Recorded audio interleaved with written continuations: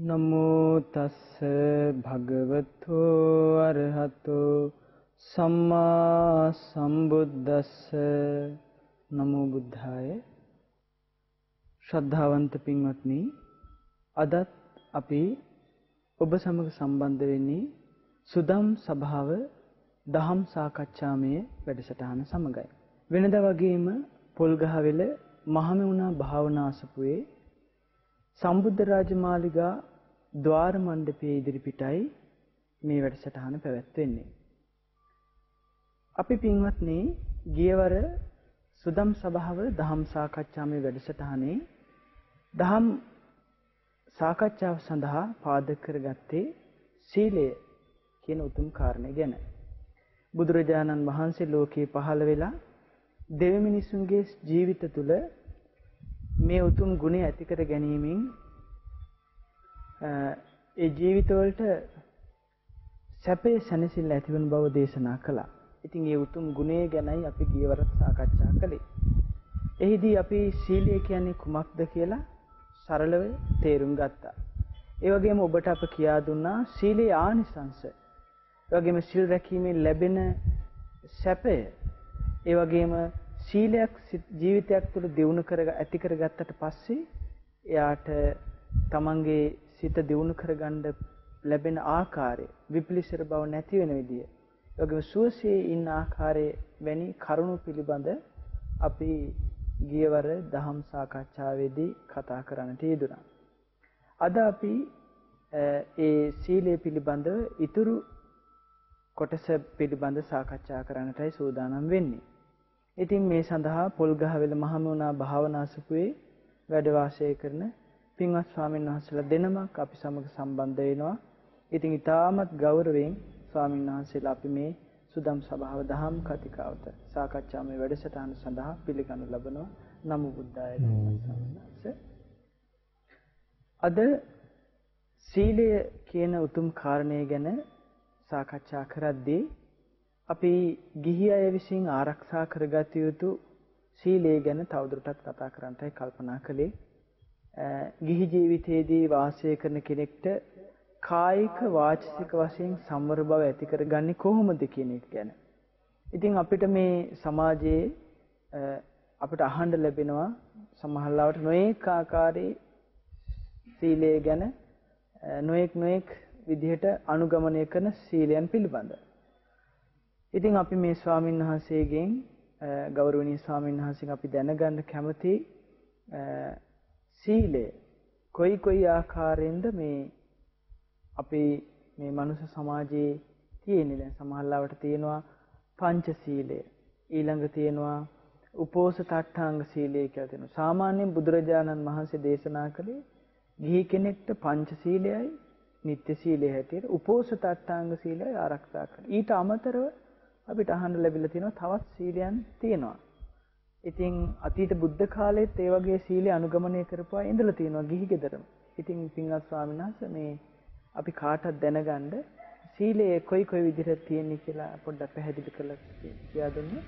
ඔව් පින්වත් ස්වාමීන් වහන්සේ මේ සීලය ගැන කතා බස් කරද්දී ගිහි ගෙදර වාසය කරන කෙනාගේ නිත්‍ය සීලය හැටියට බුදුරජාණන් වහන්සේ පංචශීලයේ සමය දේශනා කළා තියෙන්නේ. ඊට අමතරව පොහොයට උපෝසත සීල්. ඔය දෙක කවුරුත් දන්න දෙකක්. ඔය පංචශීලියත් උපෝසත සීලියත්. ඊටත් අමතරව බුද්ධ කාලේ සමහර ශ්‍රාවකයෝ බ්‍රහ්මචාරී පංචශීලය කියලා එකක් සමාදන් වෙලා තියෙනවා. ඒ බ්‍රහ්මචාරී පංචශීලය කියන්නේ එයා පංචශීල ආරක්ෂා කරනවා. කාමයේ සුමිච්ඡාචාරා වේරමණී කියන සිල්පදේ වෙනුවට බඹසර සීලයක් තමයි එතනදී ආරක්ෂා කරන්නේ.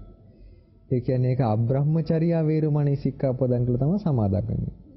එතකොට එයාගේ සීලේ සතුන් මැරීමෙන් වැළකීලා, සොරකමෙන් වැළකීලා, ඊළඟට වැරදිකාම සේවනයෙන් වැළකීම නෙමෙයි.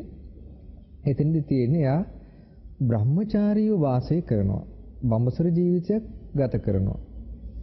ඊළඟට බොරු කීමෙන් වැළකීලා, මත්පැන් මත්ද්‍රව්‍ය භාවිතය ආදීන් වැළකීලා පංචශීලයක් ආරක්ෂා කරනවා. ඒකට කියනවා පින්වත්නි බ්‍රහ්මචාරී පංචශීලයේ කියලා. බුදුරයන් වහන්සේ කාලේ ශ්‍රාවකයෝ මේ බ්‍රහ්මචාරී පංචශීලයක් සමාදන් වෙලා ආරක්ෂා කරගෙන තියෙනවා. අදටත් සමහර ශ්‍රාවකයෝ ඉන්නවා බුදුරයන් වහන්සේගේ සදාහවත් උපාසක උපාසිකාවෝ ඒ වගේ බඹසර සහිත පංචශීලයේ සමාදන් වෙන අය අදටත් ඉතින් ඉන්නවා. ඊළඟට ස්වාමින් වහන්සේ මේ තවත් සීල සඳහන් වෙනවා. තව තියෙනවා මේ නවාංග උපෝසත සීලය කියලා එකක්. නවාංග උපෝසතෙදි කරන්නේ අර සාමාන්‍ය උපෝසත සීලයේ තියෙන සිල්පද 8ක් තියෙනවා. 9 වෙනියට අර සිල්පද සමාදන් වෙලා ඒ දවස පුරාවට මේ මෛත්‍රී විහරණයෙන් වාසය කරනවා.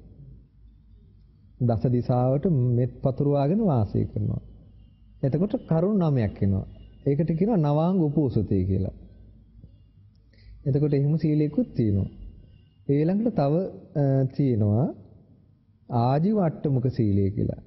ආජීවට්ටමුක සීලයේදී තියෙනවා එයා සතුන් මැරීමෙන් වළකිනවා, සොරකමෙන් වළකිනවා, බ්‍රහ්මචාරී සීලයේ සමාදන් වෙනවා. එතන සිල්පද 3යි. ඊළඟට පින්වත්නි වාචසික සංවරයේ තියෙන සිල්පද 4ක් තියෙනවා. බොරු කීමෙන් වැළකීම, කේලමෙන් වැළකීම, පරුස වචන කීමෙන් වැළකීම, හිස් වචන කීමෙන් වැළකීම. එතකොට එතන 4යි. අර කලින් සිල්පද 3යි 7යි. ඊළඟට එයා ස්වාමීන් වහන්සේ සමාදන් වෙනවා මිච්ඡා ආජීව වේරමණී සික්ඛාපදං සමාදියාම කියලා සිල්පදයක්. මිත්‍යා ආදීයෙන් වැළකීලා සම්මා ආජීවය තුළ එයා ඒ සීලය ආරක්ෂා කරනවා. ඔන්න ඔය සිල්පද 8න් යුතු කරකිනවා ආජීව අට්ටමුක සීලය කියලා. ඉතින් සීලය අර ওই විදිහේ ප්‍රභේද දකින්න ලැබෙනවා. එතකොට පින්වත් ස්වාමීන් වහන්සේ දැන් අපිට අහන්න ලැබෙනවා සාමණේර දස සීලය, ඊට පස්සේ ප්‍රාතිමොක්ඛ උපසම්පදා සීලය වගේ සීලය ගැන. එතකොට ගිහි අය මේ දස සීල් සමාදන් වෙලා ඒ ගිහි අයට බුදුරජාණන් අනුදැන්ලා තියනවාද දස සීලය එහෙම අනුගමනය කරන්න කියලා? ඔව් ගිහි ගෙදර වාසය කරන කෙනාටත් දස සීලය සමාදන් වෙලා ආරක්ෂා කරන්න පුළුවන්. දැන් අපි ගත්තාම අර කාශ්‍යප බුදුරජාණන් වහන්සේගේ කාලේ කාශ්‍යප බුදුරජාණන් වහන්සේගේ අග්‍ර උපස්ථායකුනේ ගටිකාර කියන උපාසකතුමා. එතකොට එතුමා මිල මුදල් පරිහරණයෙන් පව වැළකීලා හිටියා. ජාත රූප රජත පටිඝහනා වේරමණී කියලා. එතකොට ඒ කාලෙත් එහෙම දසසිල් සමාදන් වෙච්ච අයත් ඉඳලා තියෙනවා. එතකොට ගිහි ගෙදර කෙනාට ගහට්ට දසසීලය. ඇත්තට මේක සාමාන්‍ය දසසීලය නෙමෙයි. ඒකට කියන්නේ ගහට්ට දසසීලය සමාදන් වෙලා ආරක්ෂා කරන්න පුළුවන්. එතකොට ඒකෙත් අර උපෝස සිල් වගේ සිල් මුල් ශික්ෂාපද 7ම එනවා. ඊට පස්සේ නච්ච ගීත වාදිත විසුක දස්සනා වේරමණී කියන එක සිල්පදයක් වෙනවා. නටුම් ගයුම් වාදන ආදී දේවල් වලින් වැළකීලා. ඊළඟ 8වෙනි සිල්පද එනවා මේ මාලා ගන්ධ විලේපන දහන්න මණ්ඩන විභූෂණ අට්ඨානා වේරමණී කියලා එතන සිල්පද එනවා. ඊළඟට එතන 8ක් එනවා. ඊට පස්සේ උච්චාසයන මහාසයනා වේරමණී ජාත රූප රාජ පටිඝහනා වේරමණී කියලා. එතකොට ඒක ගහට්ට දසසීලය. ඒ දසසීලෙත් ආරක්ෂා කරන්න පුළුවන් කෙනෙකුට. එහෙමයි. දැන් අපිට දැන් බුදුරජාණන් වහන්සේ දේශනා කළ තිබෙනවා එතකොට යම්කිසි කෙනෙක් ජීවිතය ගත කරද්දී දුස්සීලව අවුරුදු 100ක් ජීවිතේ ගෙවනවට වැඩිය එක දවසක් පන්සිල් ඒ වගේම අටසිල් ආදී උසස් සීලයක් ගත කරමින් ඉන්න එක වටිනවා කියලා.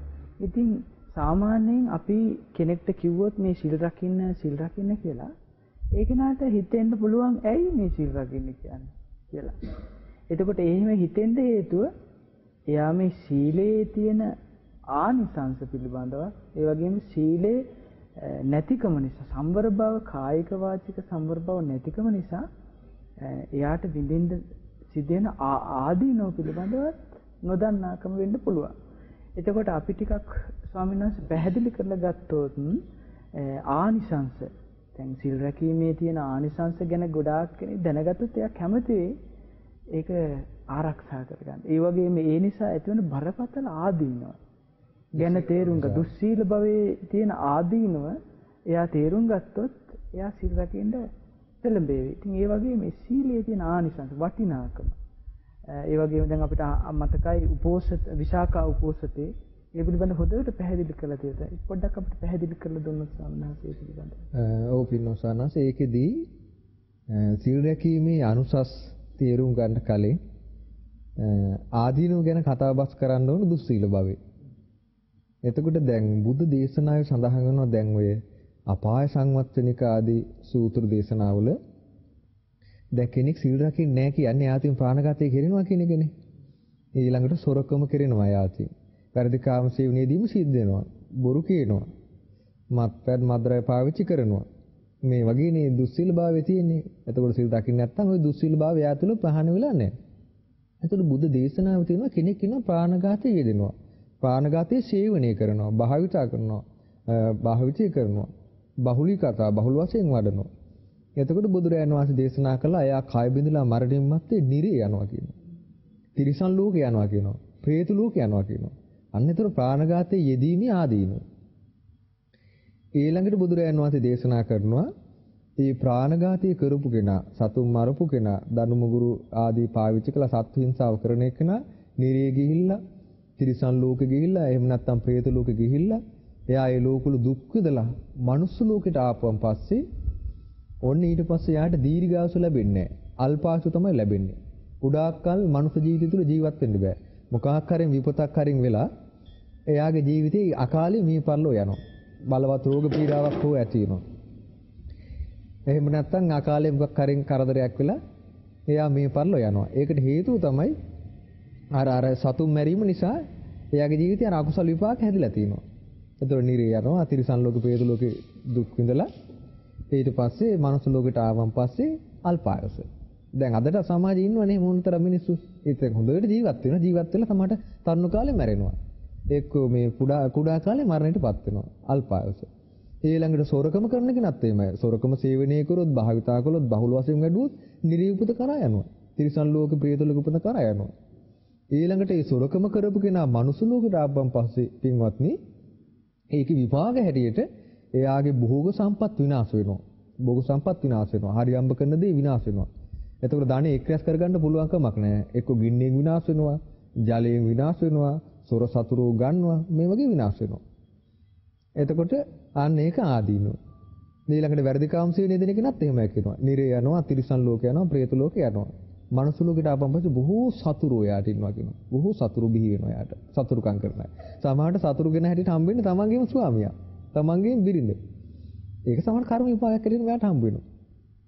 ඔය විදිහට ආදීන විශාල වශයෙන් තියෙනවා. ඊළඟට බොරු කියන කෙනත් නිරේ තිරිසන් ලෝකේ ප්‍රේත ලෝකේ යනවා. මේ දේශනාවේ ස්වාමීන් වහන්සේ මේ පුදුම දේ කියන්නේ මේ එක එක සිල්පදයක් ගන්න වෙනම විස්තර කරනවා. බොරු කිව්වොත් විතරක්. ඊළඟට සතුන් මරුවොත් විතරක්. වැරදි කාමසේවනයේ දුනොත් විතරක් එහෙම තියෙනවා. අතන බොරු කියන කෙනා නිරේ තිරිසන් ලෝකේ ප්‍රේත ලෝකේ දුක් විඳලා මනුස්ස ලෝකයට ආපන් පස්සේ අභූත චෝදනා ලබනවා. ඒතර තමන් නොකළ වරදට අසු වෙනවා. ඊට පස්සේ ඒවට දඬුවම් විදිහට සිද්ධ වෙනවා. සමාහට හිරේ විලංගු වැටෙන සිද්ධ වෙනවා. මේ වගේ නොයේ ප්‍රශ්න තියෙනවා ඊට පස්සේ. පරුස වචන කියන එක්කනත් ඒ විදිහට අපාගත වෙලා මනුස්ස ලෝකයට ආපන් පස්සේ එයාට හැම වෙලේම මේ අප්‍රිය අමනාප නපුරු වචන අහන්න ලැබෙනවා කියනවා. ඉතින් මේ වගේ ආදීනෝ තියෙනවා. එතකොට මේ සීලවන්ත කෙනාට තියෙන ආනිසංස තමයි ඔය කියන ආදීනෝ එකක්වත් නෑ යාට. සීලවන්ත කෙනාගේ ජීවිතේ එයා නිර්යුපත කරා යන්නේ නෑ සීලවන්ත වීම නිසා. තිරිසන් ලෝකෙපත කරා යන්නේ නෑ. പ്രേත ලෝකෙපත කරා යන්නේ නෑ. එයා මනුස්ස ලෝකයට ආපන් පස්සේ සතුන් මැරීමෙන් වැළකීච්ච කෙනා දීර්ඝායුෂ ලබනවා. සොරකමෙන් වැළකීච්ච කෙනා මහත් වූ භෝග සම්පත් ලබලා ඒ භෝග සම්පත් එයාගේ විනාශ වෙන්නේ නැහැ. ඒ භෝග සම්පත් රැකෙනවා. ඊළඟට අපි ගත්තොත් පින්වත්නි වැරදි කාම සේවනයෙන් වැළකීච්ච කෙනා සුගතිගාමි වෙනවා. ඒකේ තියෙන එයා සුගතිගාමි වෙනවා කියලා දෙවියන් අතර ආදී යනවා. මනුස්ස ලෝකයට ආපුවන් පස්සේ සාර්ථක විවාහ ජීවිතයක් ගත කරනවා. හතුරු අඩුයි. ඊළඟට බොරු කීමෙන් වැළකීච්ච කෙනා සුගතිගාමි වෙනවා. මනුස්ස ලෝකයට ආපුවන් පස්සේ අභූතයෙන් කවදාකවත් චෝදනා ලබන්නේ නැහැ. ඒකට එයාගේ ජීවිතේ හැම වෙලේම මෙයා සැපයක් විඳිනවා නේද? ඒතර මේක තමයි මේ සීලේ ආනිසංස කියන්නේ. ඊළඟට අපි ගත්තොත් ස්වාමීන් වහන්සේ දැන් ওই සීලේ ආනිසංස වල තියෙනවා මේ ජීවිතයේදීම ලැබෙන බොහෝ ආනිසංස වෙනවා. මහන්තම් භෝගස්කන්ධං අධිගච්ඡති. මහත් වූ භෝගස්කන්ධයක් ලබන මේ සීලවන්ත කෙනෙක්. ඒකට හේතුව තමයි සීලවන්ත කෙනාගේ දුස්චරිතය නෑනේ. ඊළඟට අප්‍රමාදී කෙනෙක්. ඒතර මේ අප්‍රමාදී කෙනා මහත් වූ භෝග සම්පත් උපදව ගන්න බිහිසු මහන්සිලා. දැන් ওই ධම්මපදේ ගාථාවක තියෙනවානේ. උට්ටානවතු සතිමතු සුචිකම්මස්ස නිසම්කාරිනෝ සංඤතස්සච ධම්ම ජීවිනෝ අප්පමත්තස්ස යසෝබි වඩ්ඩති කියලා. උට්ටාන වීරියෙන් යුතු, උට්ටානවතු සතිමතු, හොඳ සිහියෙන් යුතු. සුචිකම්මස්ස නිසම්කාරිනෝ, හොඳට විමසා බලා කටයුතු කරන. සුචිකම්මස්ස කියන්නේ මේ පිරිසිදු කාය කර්මාදීන් යුක්තයි.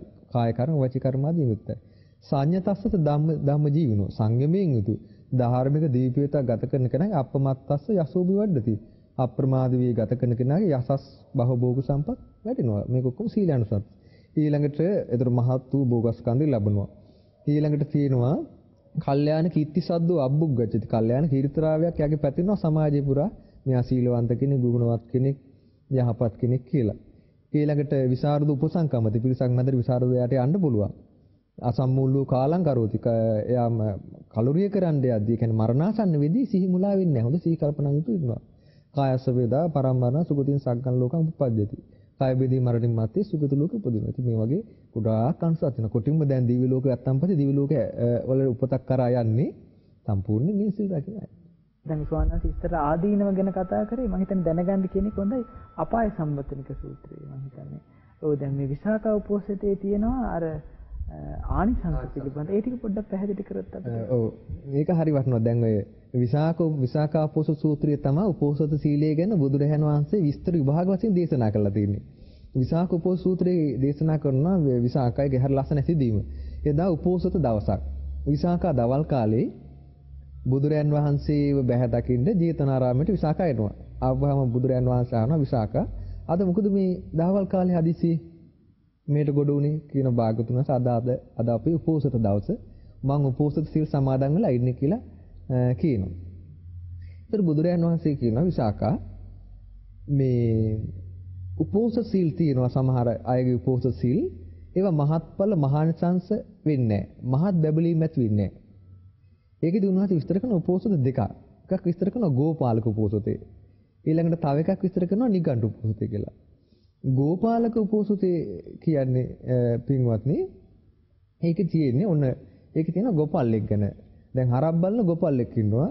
හරක් බලන ගෝපල්ලා හවස් කාලේ හරකුන්ට කෑම දීලා වතුර පෝලා හවස් වෙද්දී අයිතිකාරයා ළඟට මේ ගෝපල්ලා හරක් ටික දක්කගෙන යනවා.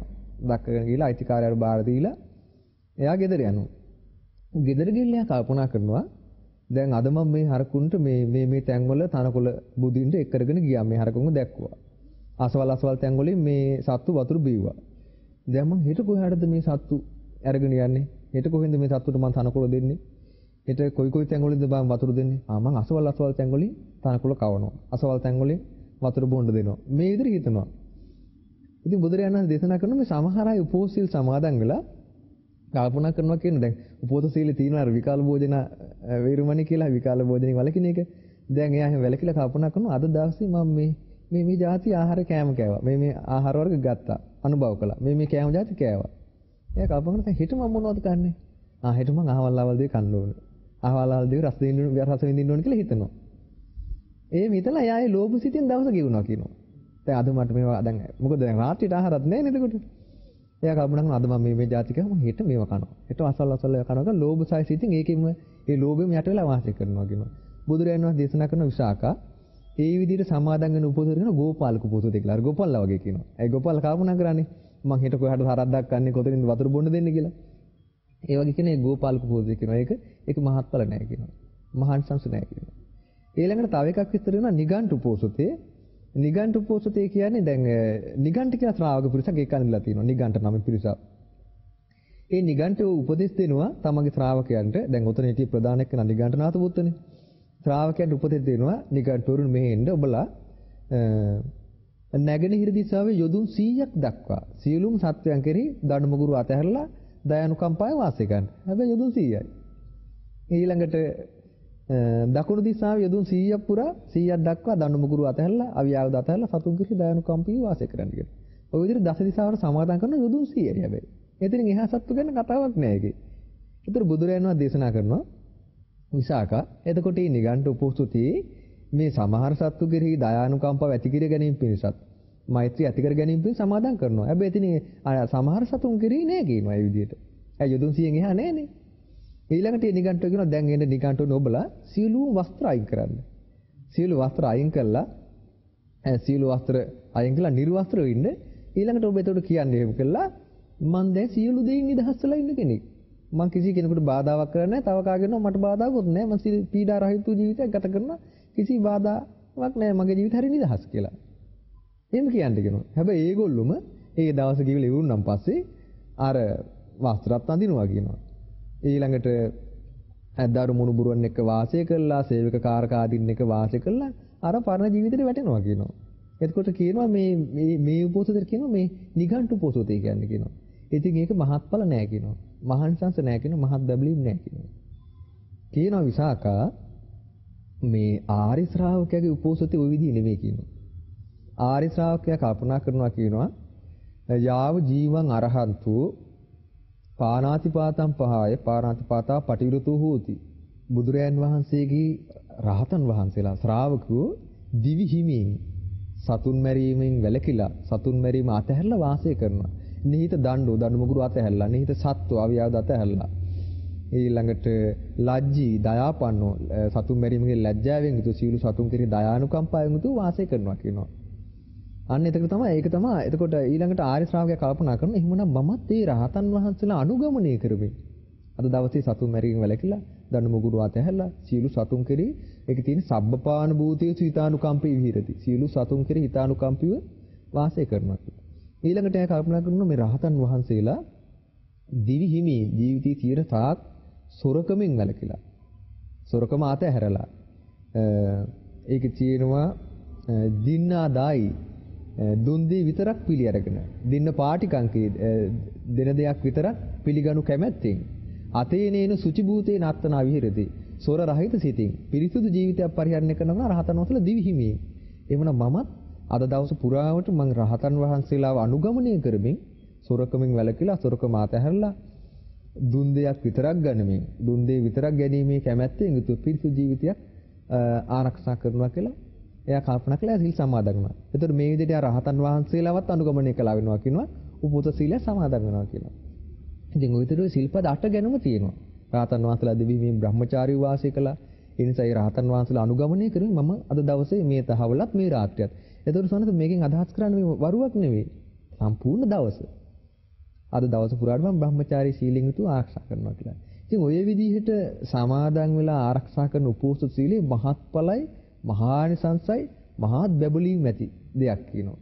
ඒකෙන් දැන් සිල්පද 8 ගැනම තියෙනවා. ඊට පස්සේ කියනවා විසාකා ඒ විදිහට සමාදන් වෙන උපෝසත සීලේ කොච්චර මහත්ඵලයිද කොච්චර මහානිසංසයිද කොච්චර මහත් බැබලීම් තියනවාද කියන්නේ ඒක හරියට මේ වගේ කියනවා.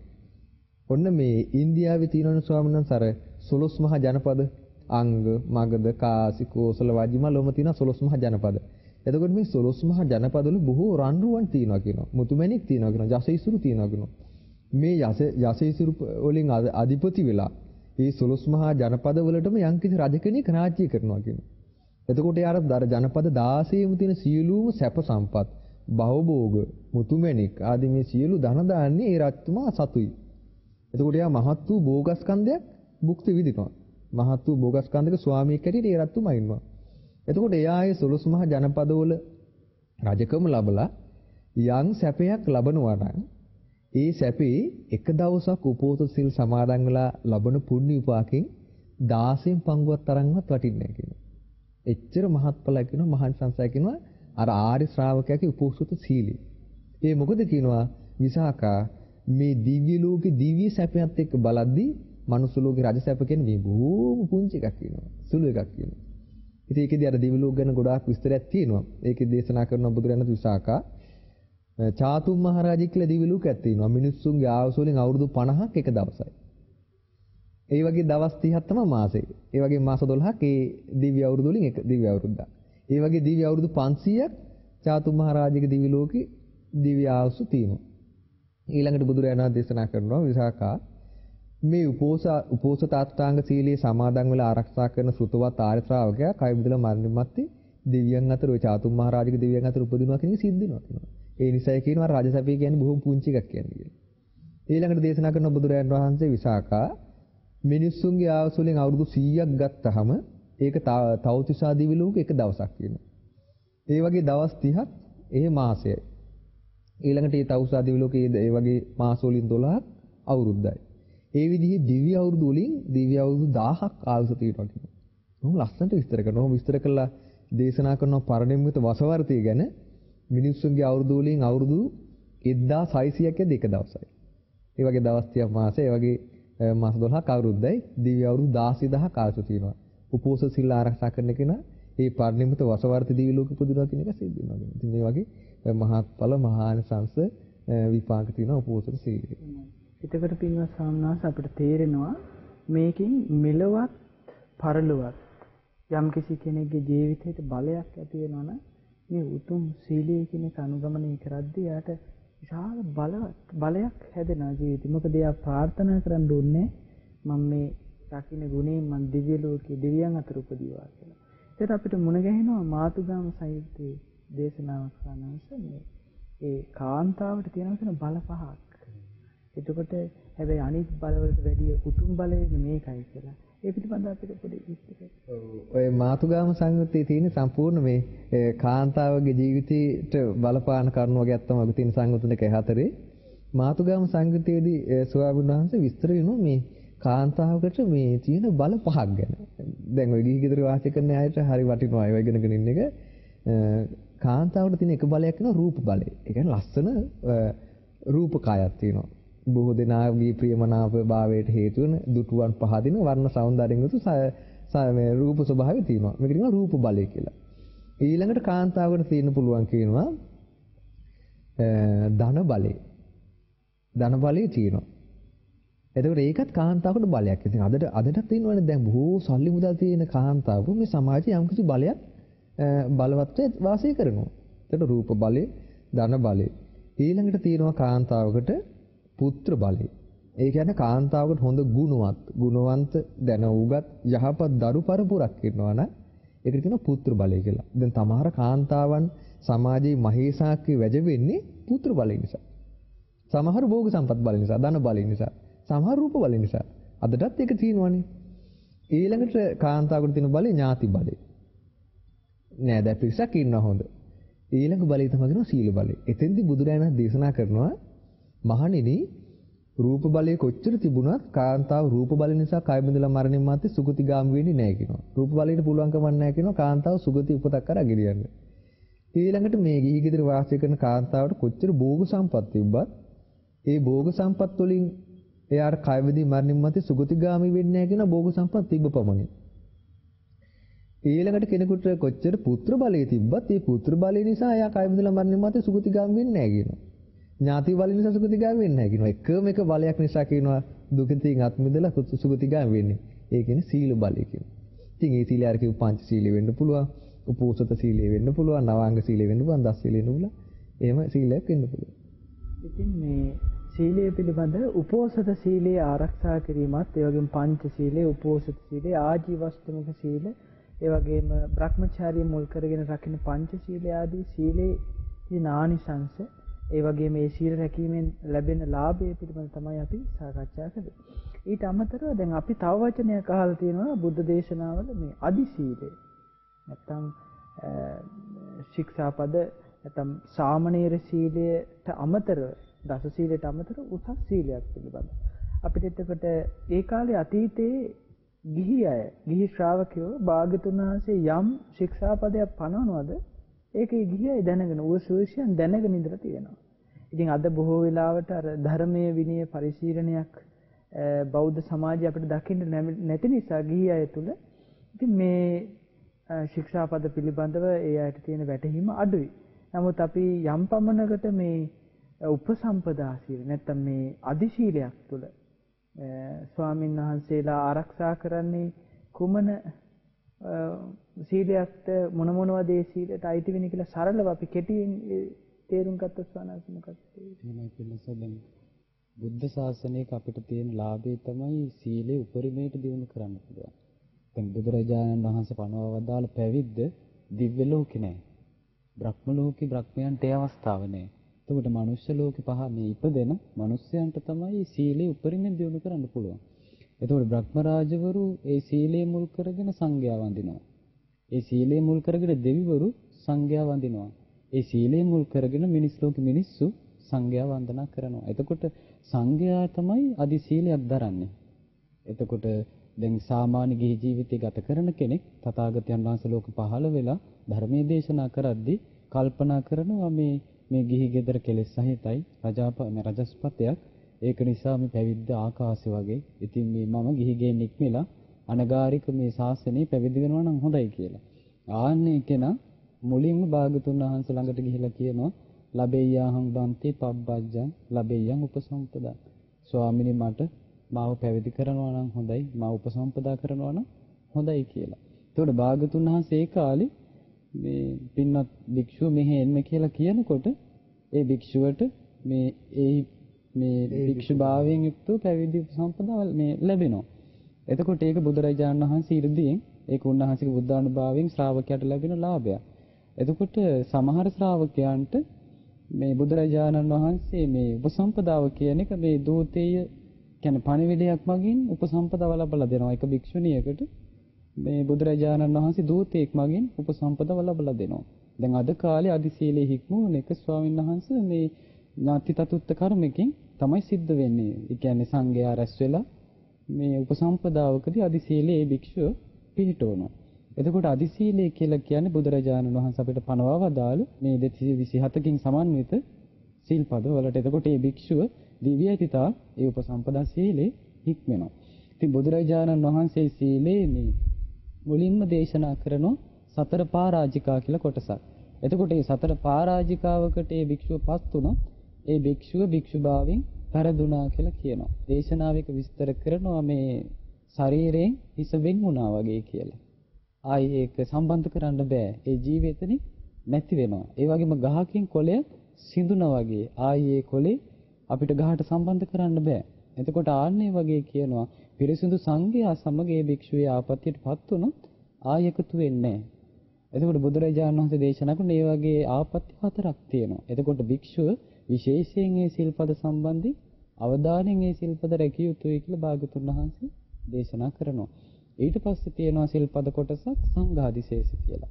එතකොට ඒ ආපත්‍ය බුදුරජාණන් වහන්සේ වදාළේ ආදි බ්‍රහ්මචාරියක සිල්පද විදියට. එතකොට ඒ සිල්පදත් කෙනෙක් භික්ෂුවක් අතින් පළුදු වුණොත් ඒ භික්ෂුව 29කගෙන් යුතු සීමාවකදී අබ්බාහන කර්මයක් කරලා සංඝයාට වත් මානත් පුරලා, ඒ කියන්නේ සංඝයාට ගෞරව කරලා වත් පිළිවෙත් කරලා මානත් සම්පූර්ණ කරලා 29කගෙන් යුතු සීමාවකදී සංඝයාට ඇතුළත් වෙන්න ඕන.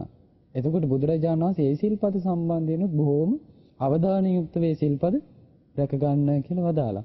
දැන් බුදුරජාණන් වහන්සේ දේශනා කරනවා පරාජිකාවක් වුණොත් මරණයටපත් වුණා වගේ කියනවා. සංඝාදිශේෂාපත්‍යක් වුණොත් මාරාන්තික තුවාලය මාරාන්තික දුකකටපත් වුණා වගේ කියන. එතකොට බුදුරජාණන් වහන්සේ පරාජිකා සිල්පද සංඝාදිශේෂ සිල්පද බොහොම ගෞරවයෙන් රැක ගන්න කියනවා. එතකොට සංඝාදිශේෂ සිල්පද 13ක් බුදුරජාණන් වහන්සේ පනවව දාලා. ඊළඟට තියෙනවා මේ නිස්සග්ගීය පාචිත්‍ය කියලා සිල්පද 30ක් තියෙනවා. එතකොට ඒ භික්ෂුවට ඒ සිල්පද රැක ගැනීම බොහොම අල්පේච්ඡ ජීවිතයක් රැක ගන්න ලැබෙනවා. ඒ කියන්නේ අල්පේච්ඡ ජීවිතයක් ගත කර ගන්න ලැබෙනවා. දැන් බුදුරජාණන් වහන්සේ එතනදී පාත්‍ර සම්බන්ධයෙන්, පරිහරණය සම්බන්ධයෙන්, ඊට පස්සේ සිවුරු සම්බන්ධයෙන් බුදුරජාණන් වහන්සේ සිල්පද පනවලා තියෙනවා. එතකොට ඒ සිල්පදයක් පළුදුනොත් එතකොට ඒ භික්ෂුව සංඝයා ඉදිරියේ හරි, භික්ෂු පිරිසක් ඉදිරියේ හරි, තවත් භික්ෂුවක් ඉදිරියේ හරි ඒ දේ අතහැරලා, තමන්ගේ අයිතිය බැහැර කරලා සංඝයාට පවරලා, ඒ භික්ෂුවට පවරලා එයා පිරිසිදු වෙන්න ඕන. එතකොට ඒක බුදුරජාණන් වහන්සේ සිල්පද 30ක් නිස්සග්ගීය පාචිත්‍ය කියලා උපසම්පදා භික්ෂුවකට රැක ගන්න ඕන විදිහට දේශනා කළා. ඊළඟට තියෙනවා අනියත කියලා සිල්පද දෙකක්. එතකොට ඒක බාහිර කෙනෙකුට ඒ සිල්පද නිගමනය කරන්න බෑ. මේ ආපත්‍යයි මේ භික්ෂුවට සිද්ධ වුණා. දැන් මේ භික්ෂුව පරාජිකාවකටපත් වුණා. මේ භික්ෂුව සංඝාදිශේෂයකටපත් වුණා. මේ භික්ෂුව පාචිත්‍යවතකටපත් වුණා කියලා බාහිර කෙනෙකුට නිගමනයකට එන්න බෑ ස්වාමීන් වහන්සේ. ඒකට බුදුරජාණන් වහන්සේ දේශනා කරන මේ භික්ෂුවගෙම ඒ සිල්පදේ විමසා දැනගන්න ඕනේ. ඔබට පරාජිකාවක් දුන්නේ. එහෙනම් ඒකට පිළියම් කරන්න ඕනේ. සංඝාදිශේෂාපත්තියක් දුන්නේ. ඒකට පිළියම් කරන්න ඕනේ. ඒ වගේම පචිතියක් නම් උනේ ඒකට ආපති දේශනා කරගන්න ඕනේ. ඒකට ඒ වගේ සිල්පද බුදුරජාණන් වහන්සේ සිල්පද දෙක දේශනා කළා. ඊළඟට තියෙනවා බුදුරජාණන් වහන්සේ වදාරල පචිති කියලා කොටසක්.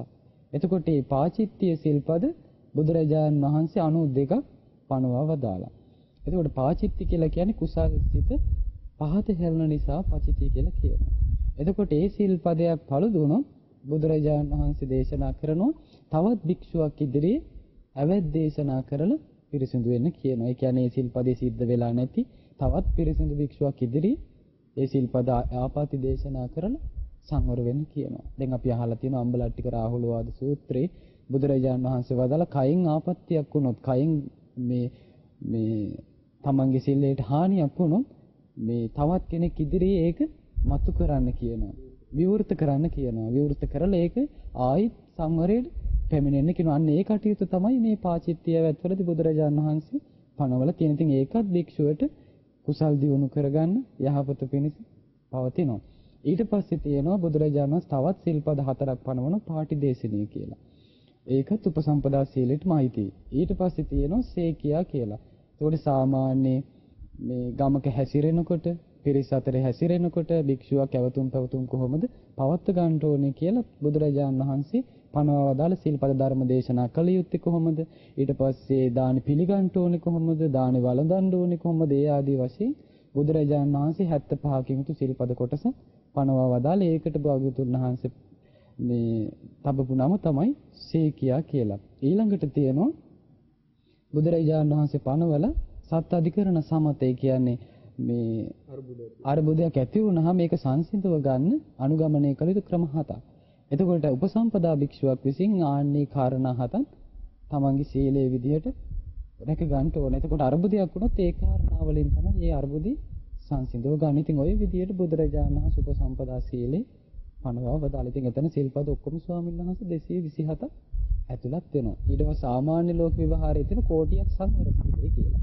ඉතින් දැන් බුදුරජාණන් වහන්සේ පනවා වදාළ පරාජිකා පාළි, ඊට පස්සේ පාචිත්‍ය පාළි, මහවග්ග පාළි, චූලවග්ග පාළි ආදී පොත් වහන්සේලා තුල තවත් නොයෙකුත් බුද්ධානුපුද්දක සිල්පද බොහෝමයක් ඇතුළත් වෙනවා. ඉතින් ඒකත් බුදුරජාණන් වහන්සේ පනවා වදාළ අදි සීලයට අයත් කොටස් විදියට තමයි අපි දැනගන්න ඕනේ. මට ඔය උපසම්පදා සීලය ගැන කැටි මතක් වුණේ ඒ බුදුරජාණන් වහන්සේ උපසම්පදා සීලේ විස්තර කරද්දී බුදු දේශනාවේ තියෙනවා ඔය සිල්පද උන්වහන්සේ කොටස් දෙකකට විග්‍රහ කරනවා. ආදි බ්‍රහ්මචාරීක සීලය කියලා එක සීලයක් විස්තර කරනවා. ඊළඟ සීලය විස්තර කරනවා ආභි සමාචාරික සීලය කියලා. එතකොට දැන් ආදි බ්‍රහ්මචාරීක සීලය කියන්නේ සම්පූර්ණ නිවන් මාර්ගට ඍජුවම බලපාන සිල්පද. නිවන් මාර්ගට මුල් වෙන ඒවා. ආදි කියන්නේ මුල් වෙනවනේ. ඒතර බඹසරට මුල් වෙන ශික්ෂාපද වලින් යුතු සීලය. දැන් ඒව තමයි මේ පින්වත් ස්වාමීන් වහන්සේ අර කියූප හැටියට සතර පාරාජිකා. ඊළඟට 13ක් වූ සංඝාසේස. ඒවා බරපතල ශික්ෂාපදනේ. එතකොට ඒවා භික්ෂුව දිවි හිමියෙන් ඉතා පිරිසිදු ලෙස ආරක්ෂා කරන්න ඕන. එතකොට අන්න ඒවා තමයි ඍජුවම නිවන් මාර්ගට මුල් වෙන ඒවා. ඊළඟට උතනෙන් තියෙන අර නිස්සග්ගේ පාචිත්‍ය කීපේ වෙනුත් ඒවත් ගොඩාක් නිවන් මාර්ගට මූලික වශයෙන් බලපානවා. එතකොට ඒවට කියනවා ආදි බ්‍රහ්මචාරික සීලය කියලා. ඊළඟට බුදුරයන් වහන්සේ දේශනා කළා තියෙනවා ආභි සමාචාරික සීලය. ආභි සමාචාරික කියන්නේ උසස් හැසිරීමෙන් යුතු මනා ඇවතුම් පැවතුම් වලින් යුතු සීලය.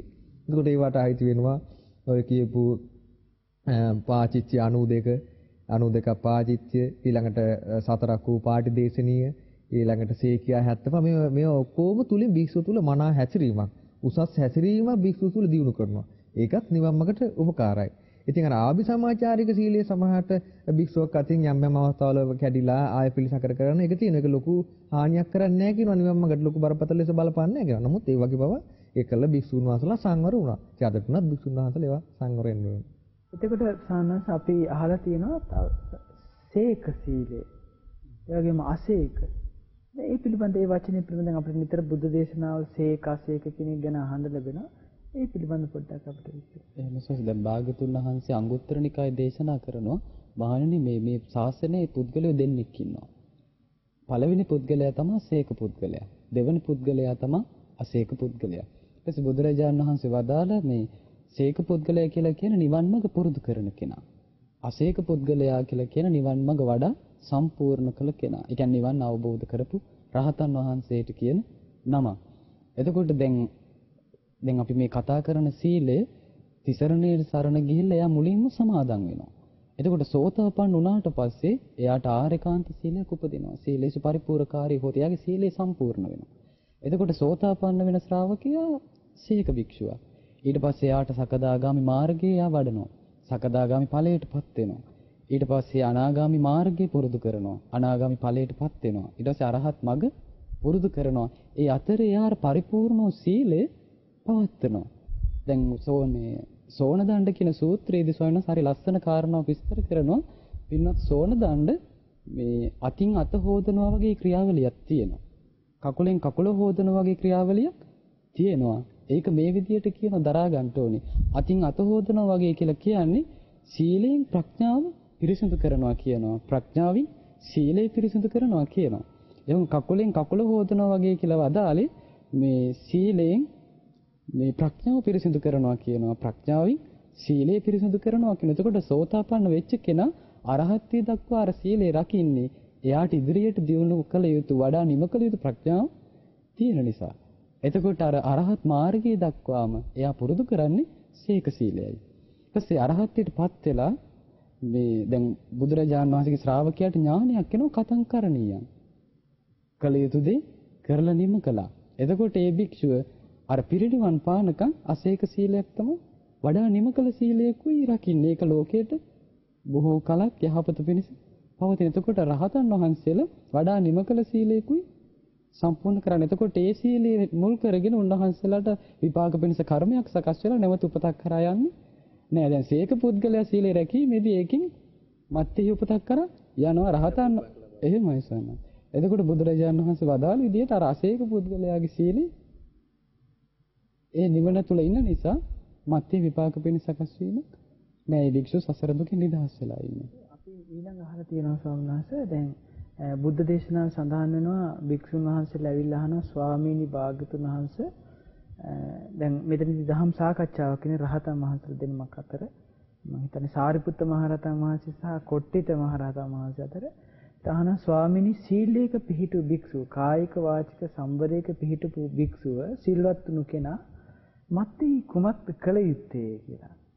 අපේ දේශනාව මට මතකයි සීල සූත්‍රය. ඉතින් එතකොට කුමක්ද කළ යුත්තේ කියලා.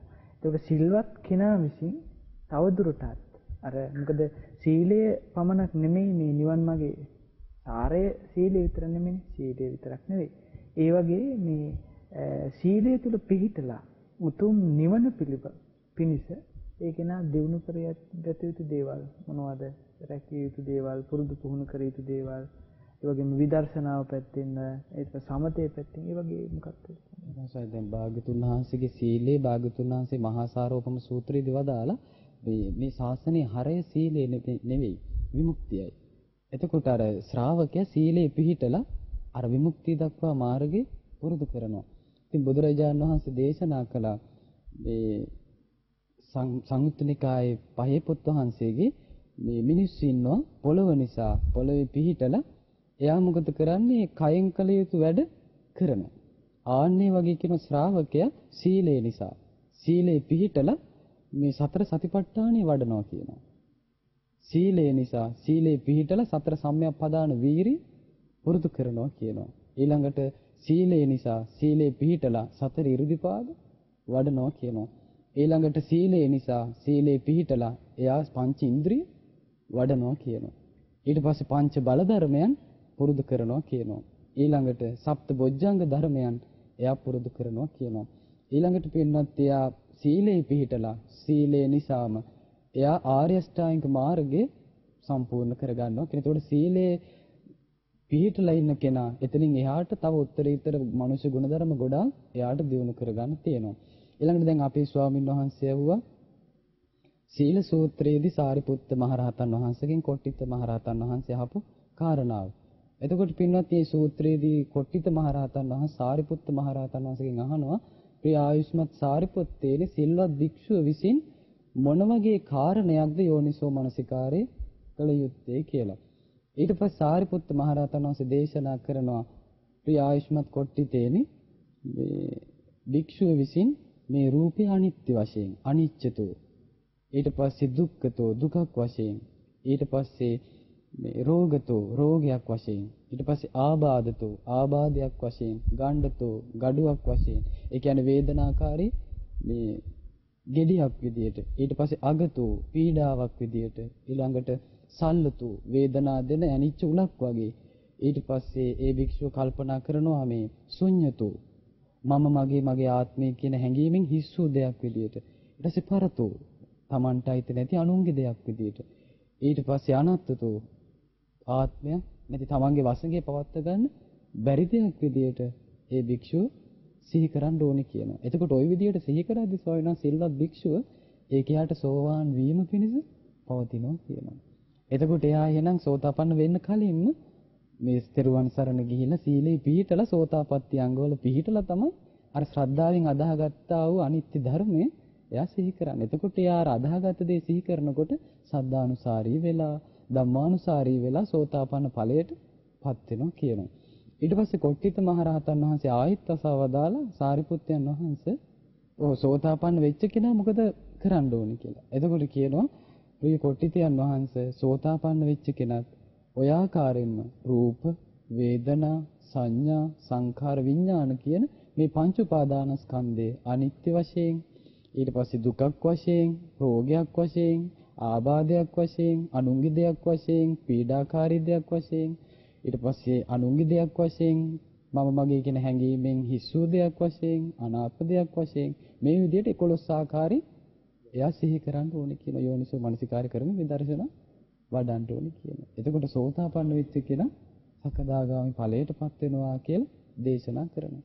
ඊට පස්සේ අහනවා සකදාගාමි වෙච්ච කෙනා මොකද කරන්න ඕනේ කියලා.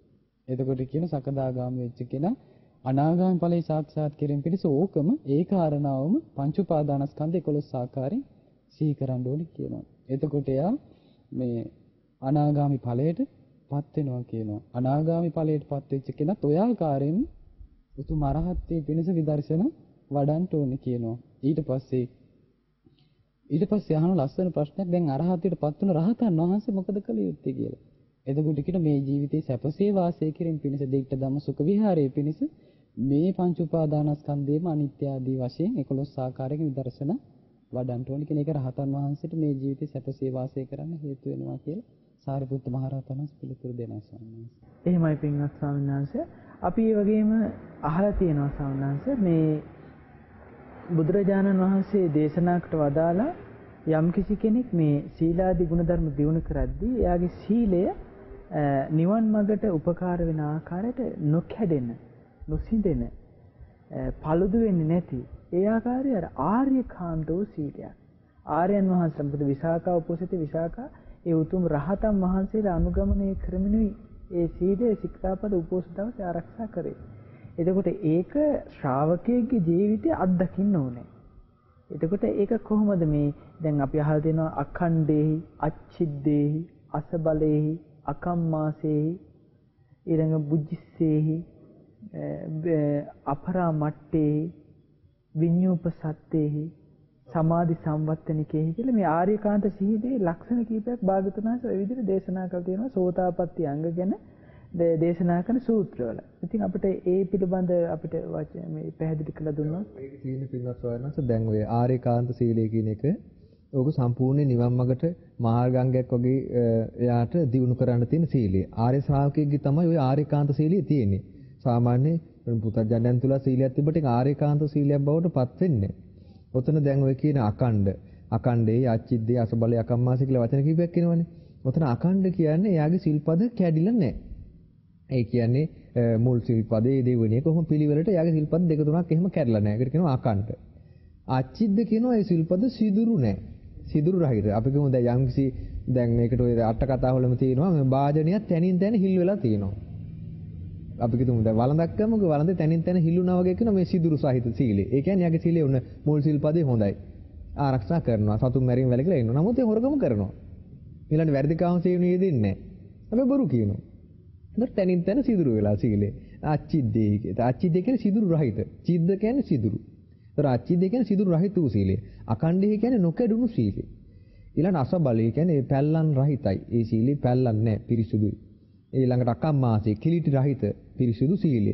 එතකොට අකණ්ඩ අච්චිද්ද අසබල අකම්මාසී කියන්නේ ඒ වගේ කැඩුන්නේ නැති, සිදුරු නැති, පැල්ලන් නැති, ඊළඟට කිලිටි වෙච්ච නැති පාරිශුද්ධ සීලය තමයි එතනින් ආරක්ෂා කරන්න ওই වචන හතරේ. ඊළඟට එන වචනය තමයි බුජිස්සේහි. බුජිස්සේහි කියන්නේ ඒක තෘෂ්ණා දාසභාවයෙන් මිදිලා. තෘෂ්ණා දාසභාවයෙන් මිදලා කියන්නේ සාමාන්‍යයෙන් දැන් අපි ගත්තොත් ගිහි ශ්‍රාවකෙක් වේවා, පැවිදි ශ්‍රාවකෙක් වේවා, එයා සීලයක් සමාදන් වෙලා ආරක්ෂා කරනවා කියමුකෝ.